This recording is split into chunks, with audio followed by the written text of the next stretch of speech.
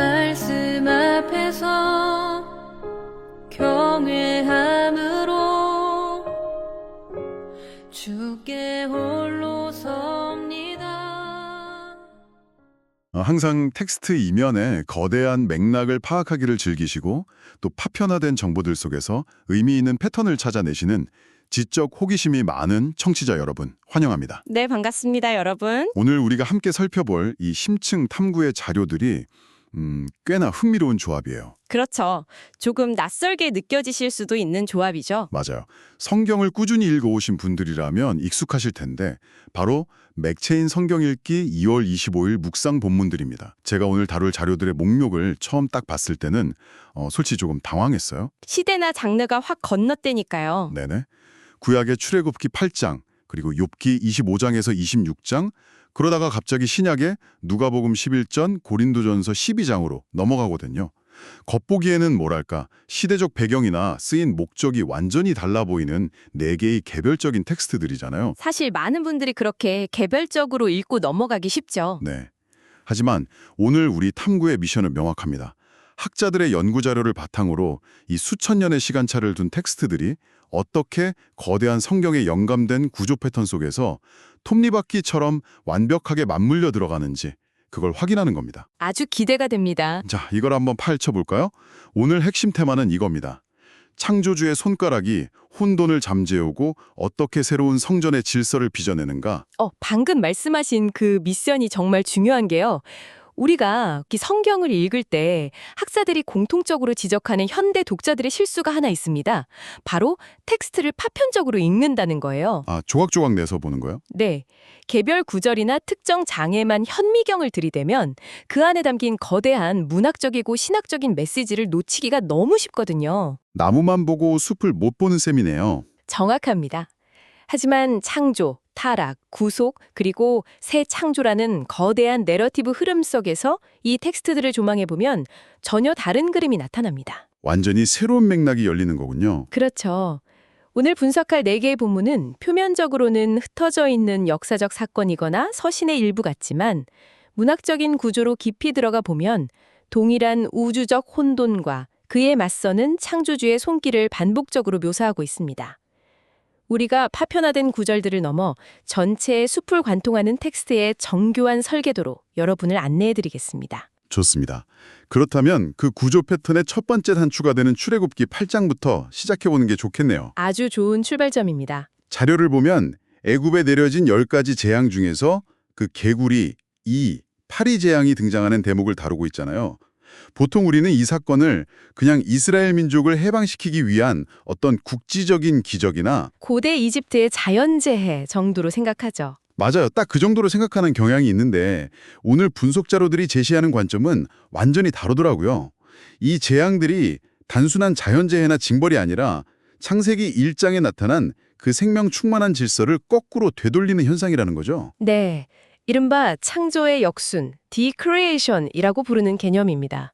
창조의 역순. 이 단어가 확 와닿네요. 고대 애고빈들은 자신들의 신이 우주의 질서, 즉 마아트를 유지한다고 믿었거든요. 마아티오. 일종의 조화로운 우주 질서 같은 거군요. 네, 맞습니다. 그런데 창조주가 개입하시자 어떤 일이 벌어지는지 보세요.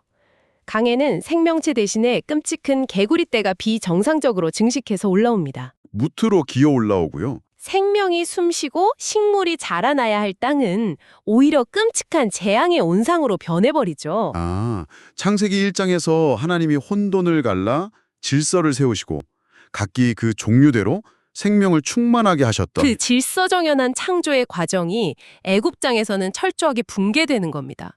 다시 원시적인 혼돈 상태로 퇴행하는 거예요. 와, 애굽의 신들이 관장한다고 믿었던 그 자연세계의 통치권이 완벽하게 해체되는 거네요. 그걸 아주 생동감 있고 문학적으로 보여주는 장치인 거죠. 창조의 질서가 해체되는 과정이라 그 관점으로 보니까 재앙의 의미가 엄청 무겁게 다가옵니다. 근데 제가 자료를 읽다가 시선이 딱 멈춘 아주 구체적인 디테일이 하나 있었어요. 어떤 부분이죠? 세 번째 재앙, 이 재앙이 시작되는 방식인데요. 모세가 지팡이로 단순하게 땅을 친 게 아니라 그 땅에 티끌을 쳤다고 기록되어 있더라고요. 그 부분 발견하셨군요. 네, 히브리어 원어 연구를 보니까 이 티끌을 아파르라고 부르던데 이 단어가 지닌 문학적 무게감이 상당하던데요. 이 부분을 더 큰 그림과 연결해 보면 고대 저자들의 치밀함에 정말 놀라게 됩니다. 방금 말씀하신 그 아파르, 흙먼지나 티끌이요. 이게 창세기 2장에서 창조주가 처음 인간을 지으실 때 재료로 쓰셨던 그 생명 없는 흙먼지와 정확히 동일한 단어입니다. 세상에, 인간을 지으셨던 그 흙먼지에서 끔찍한 재앙의 무리가 튀어나온 거네요. 그렇죠. 애굽의 마술사들이 앞서 있었던 피 재앙이나 개구리 재앙은 눈속임으로 어느 정도 흉내냈잖아요. 네, 자기들도 할 수 있다면서 똑같이 따라했죠. 하지만 생명력이 전혀 없는 이 마른 흙먼지에서 새로운 생명체인 이를 빚어내는 사건 앞에서는 그들도 완전히 백기를 들고 맙니다. 죽은 찌끌에서 생명을 창조하는 건 오직 창조주만이 하실 수 있는 고유한 영역이기 때문이죠. 단순한 기적 대결이 아니라 창조주로서의 권위가 증명되는 순간이었군요. 맞습니다. 이때 마술사들이 항복하면서 내뱉은 대사가 아주 중요해요. 이는 하나님의 권능이니이다 라고 하죠. 네, 기억납니다. 그런데 이걸 히브리어 원어로 직역하면 이는 하나님의 손가락이니이다 라는 뜻입니다. 하나님의 손가락. 오늘 우리 미션의 첫 번째 단서가 여기서 등장하는 거였네요. 정확합니다. 거짓된 제국의 지혜나 마술이 결국 죽음의 티끌에서 생명을 빚어내시는 그 참된 창조주의 통치권 앞에 완전히 엎드러지는 구조네요. 네, 인간의 지혜와 우상이 창조주의 권능 앞에 무너지는 거대한 성경에 영감된 구조 패턴을 아주 명확하게 보여주는 대목이죠. 정말 흥미롭습니다. 그리고 또 하나 눈에 띄는 건 이어지는 파리 재앙부터는 이스라엘 백성이 거주하는 고센 땅이 애굽 전역과 철저히 구별된다는 점이었어요. 그렇죠. 심판과 혼돈 한가운데서 보존되는 거룩한 구역이 생겨난 셈입니다. 심판의 목적이 단순한 파괴가 아니라 새로운 질서를 세우기 위한 거룩한 구결이라는 거군요. 아주 예리한 지적이십니다. 그런데 여기서 이 하나님의 손가락과 혼돈을 제압하는 영적 전쟁의 모티브가 욥기 25장과 26장으로 어떻게 이어지는지 살펴보는 게 또 하나의 중요한 포인트입니다. 욥기로 넘어가 볼까요? 욥기 25장 보면 욥의 친구인 수아 사람 빌닷이 등장해서 욥을 맹렬하게 비난하잖아요. 네, 맞습니다. 빌닷의 논리를 보면 꽤나 폭력적이에요. 거룩한 창조주 앞에서 인간은 그저 구더기나 벌레에 불과하다면서 인간의 존재 가치를 철저히 깎아내리거든요. 사실 빌닷의 주장을 가만히 읽어보면 당시 고대 근동의 제국주의적 세계관이 아주 짙게 깔려 있습니다. 힘과 계급의 질서 속에서 약자를 짓누르는 방식이죠. 마치 애굽의 바로왕이 이스라엘 백성을 벌레만도 못한 노예로 취급했던 것처럼요. 네, 본질적으로 완벽히 맞닿아 있습니다. 억압적인 옛사람의 절망적인 세계관이 빌닷의 말 속에 그대로 묻어나는 거죠. 빌닷의 발언은 철저하게 성과주의적이고 율법적인 계급 질서를 대변합니다. 율법의 잣대로 상대를 정죄하고 짓누르는 옛사람의 전형적인 모습이네요. 하지만 욥은 26장에서 이 숨 막히는 세국의 논리에 굴복하지 않아요. 오히려 창조주의 장엄한 통치권을 찬양하면서 맞섭니다. 여기서 욥이 묘사하는 하나님의 권능은 단순히 약자를 짓누르는 그런 폭력이 아니거든요. 그럼 어떤 권능인가요? 욥이 이렇게 외칩니다. 그의 손으로 도망하는 뱀을 무찌르시나니. 고대 근동문학 배경을 연구하는 학자들은 이 도망하는 뱀 혹은 라합이 무엇을 의미하는지 일관되게 지적합니다. 제가 알기로는 그게 단순한 파충류 뱀이 아니라 고대인들의 세계관 속에 존재하던 바다의 괴물 아닌가요? 맞습니다. 하나님의 선한 창조 질서를 파괴하고 위협하는 어떤 우주적인 악의 세력, 혼돈 자체를 상징하는 거잖아요. 정확합니다.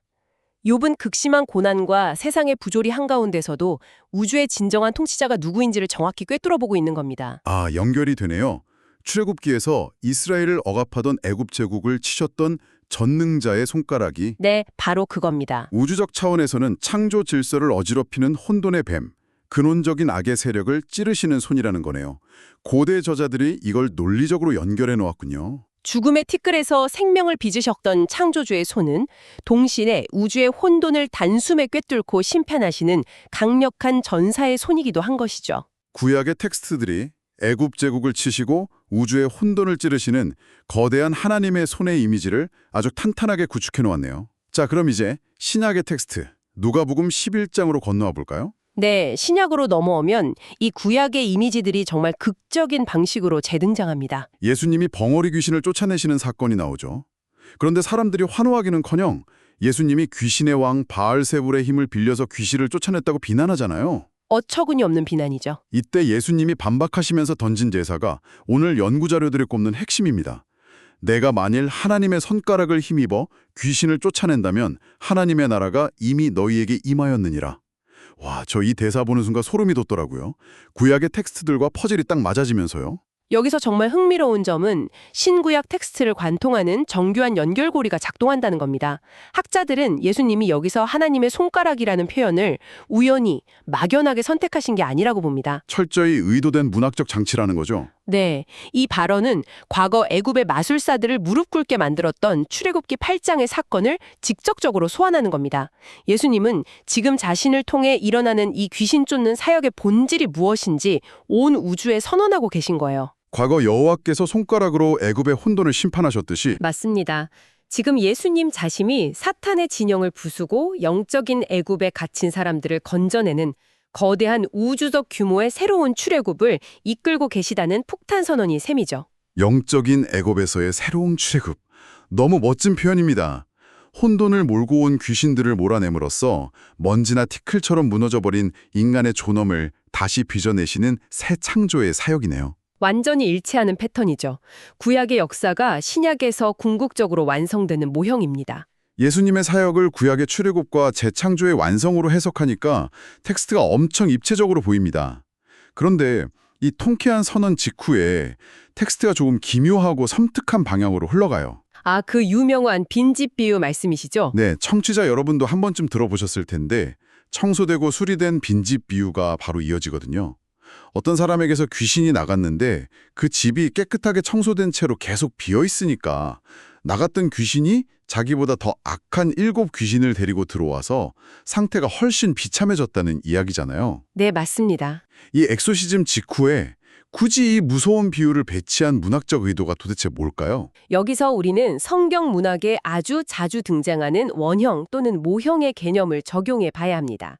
고대 유대 문헌에서 집이라는 단어는 단순히 사람 사는 주거 공간을 넘어서 하나님의 임재가 머무는 공간, 즉 성전을 가리키는 연결고리로 작동할 때가 많거든요. 아, 집이 곧 성전을 의미하는 거군요. 네, 이 비유를 이스라엘의 역사적 모형에 한번 대입해 보세요. 이스라엘은 애굽에서 해방되어서 깨끗해진 상태로 광야로 나갔죠. 그리고 거기서 성막, 즉 이동식 성전을 지었습니다. 억압에서 풀려나서 깨끗한 빈집이 된 거네요. 그렇죠.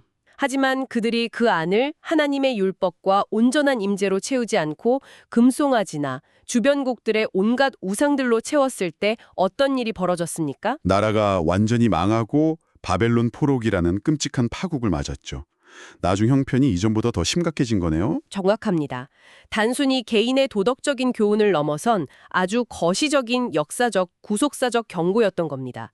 귀신, 즉 억압자가 쫓겨나는 창조 질서의 해체, 디크리에이션 이후에는 반드시 그 빈 공간을 생명으로 꽉 채우는 재창조, 리크리에이션의 과정이 수반되어야 한다는 뜻이군요. 네, 우리 안에 옛사람의 본성을 비워내고 도덕적으로 마음을 수양하는 것만으로는 우주적인 혼돈을 막아낼 수 없다는 철저한 현실인식을 보여주는 거죠. 빈집으로 두면 언제든 7 귀신이 들어올 수 있다는 거잖아요. 자료들이 일관되게 주장하는 바가 바로 이 지점입니다. 인간의 내면이나 신앙 공동체는 결코 진공 상태로 남아있을 수 없습니다.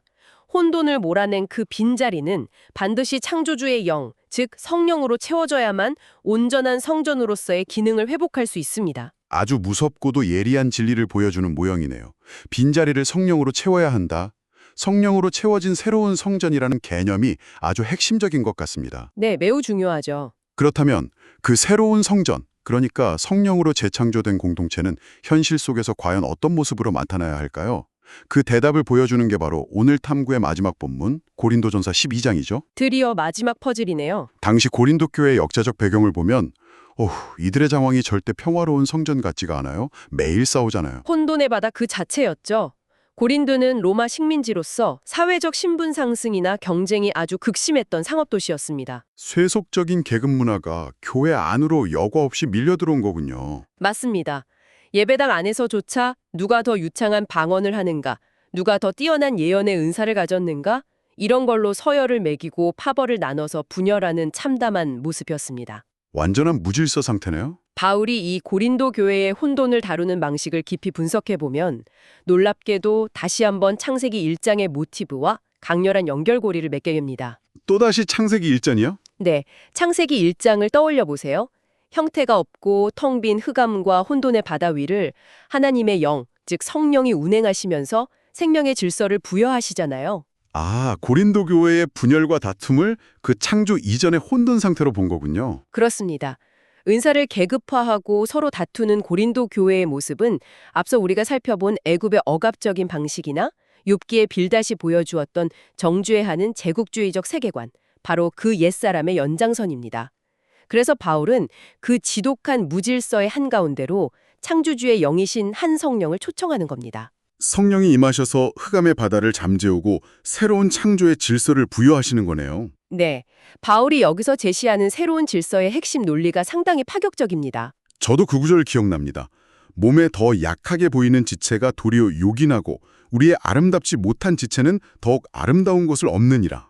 이거 당시 고린도 사회에 팽배했던 사회적 피라미드 구조를 완전히 밑바닥부터 뒤집어버리는 선언 아닌가요? 완벽하게 전복시키는 선언이죠.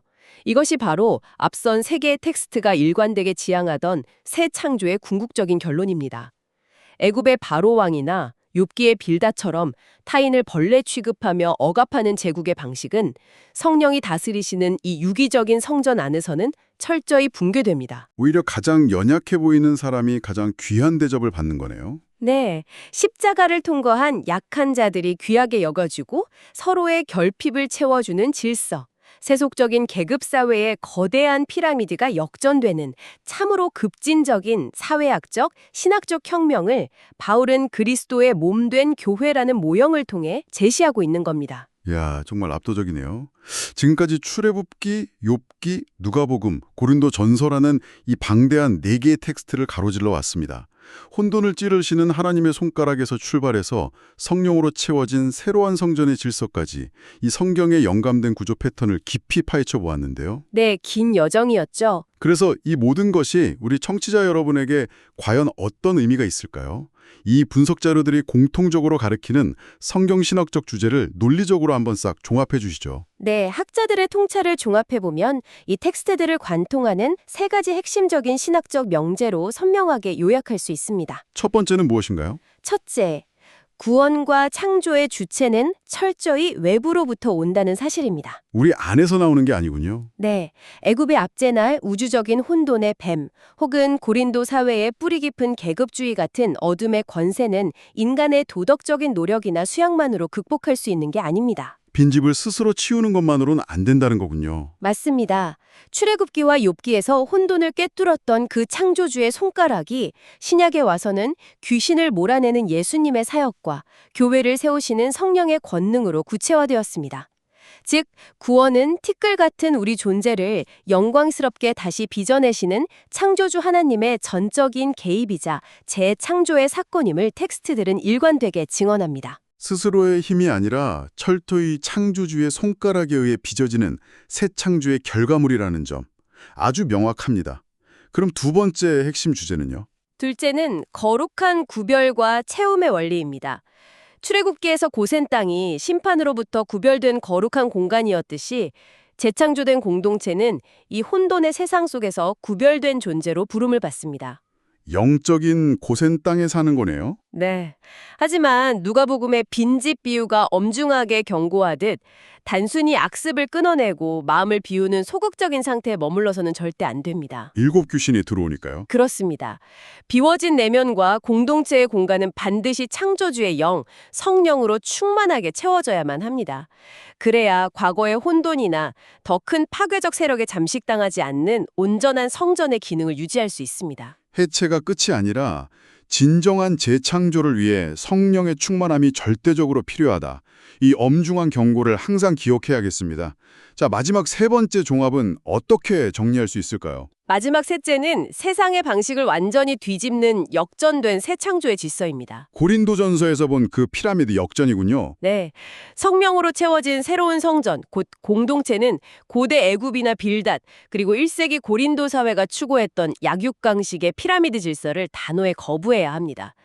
재창조된 질서 안에서는 세상적인 능력에 따른 설열화나 정죄가 십자가에 못 박힙니다. 강자가 약자를 억압하는 혼돈의 방식이 사라지는 거네요. 오히려 더 약하고 부족해 보이는 지체들을 서로 돌보고 존귀하게 여기는 유기적이고 이타적인 질서야말로 혼돈의 바다를 잠재우고 등장한 가장 아름답고 찬란한 성전의 모습임을 텍스트들은 웅변하고 있습니다. 와, 오늘 다룬 자료들을 이렇게 종합해놓고 보니까 처음에 그렇게 파편처럼 흩어져 보이던 4개의 텍스트가 마치 하나의 거대한 교향곡처럼 들립니다. 아주 정교하게 조율된 교향곡이죠. 죽음의 마른 흙먼지 속에서 생명을 빚어내시고 텅 비어 위태로운 우리 내면의 빈집을 성령으로 꽉 채우시며 또 경쟁과 억압으로 가득한 세상 한가운데서 약자가 존중받는 완전히 뒤집힌 질서를 세우시는 하나님의 마스터 플랜.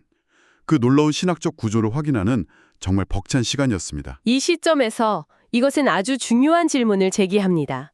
청취자 여러분이 텍스트의 분석을 넘어 스스로에게 던져보실 만한 새로운 화두인데요. 어떤 질문인가요? 만약 오늘 우리가 살펴본 텍스트들의 증언대로 창조주의 그 강력한 손가락이 마른 피끌한 생명으로 바꾸고 우주를 위협하는 혼돈의 뱀마저 단숨에 꿰뚫어 버릴 수 있다면 청취자 여러분이 지금 절대 변하지 않을 것이라고 체념하고 포기해버린 삶의 무질서나 집요하게 반복되는 그 옛사람의 습관들은 과연 그 창조주의 손가락 앞에서 얼마나 버틸 수 있을까요? 와, 정말 묵직하게 찌르네요. 그리고 또 하나, 혼돈이 거쳐나간 당신 내면의 그 텅 빈 곳을 오늘 무엇으로 채우시겠습니까? 텍스트가 우리 현실의 삶에 던지는 매우 도발적이면서도 가슴 뛰는 화두입니다. 오늘 이 심층 탐구가 여러분이 텍스트를 읽어내는 시야를 활짝 넓혀주고 낡은 습관과 혼돈 속에서 새로운 질서를 발견하는 지적인 자극이 되었기를 진심으로 바랍니다.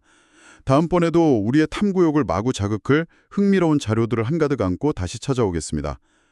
텍스트가 안내하는 깊은 통찰 속에서 의미 있고 평안한 하루 보내시길 바랍니다. 끝까지 함께해 주셔서 감사합니다.